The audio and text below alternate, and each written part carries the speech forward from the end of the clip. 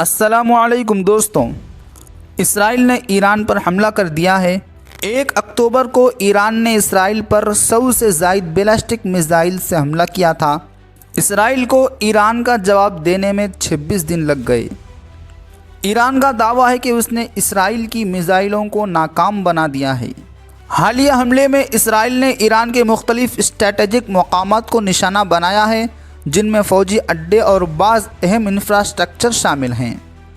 حملوں کے بعد ایران نے اپنی دفاعی نظام کو فعال کر دیا۔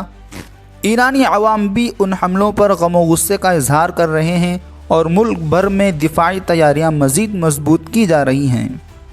حملوں کے نتیجے میں خطے میں عدم استحکام کی فضا مزید گہری ہو گئی ہے۔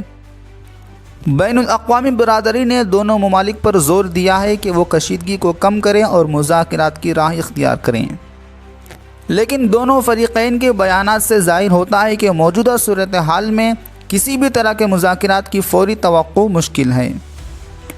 اس تنازع کی شدت میں اضافہ سے مشرق وسطیٰ میں ایک وسیع پیمانے پر بحران پیدا ہونے کا خطرہ ہے۔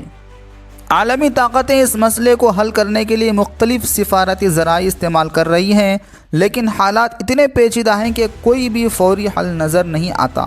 اس حملے کے بارے میں آپ کا کیا خیال ہے؟ کمنٹ کر کے ضرور بتائیں۔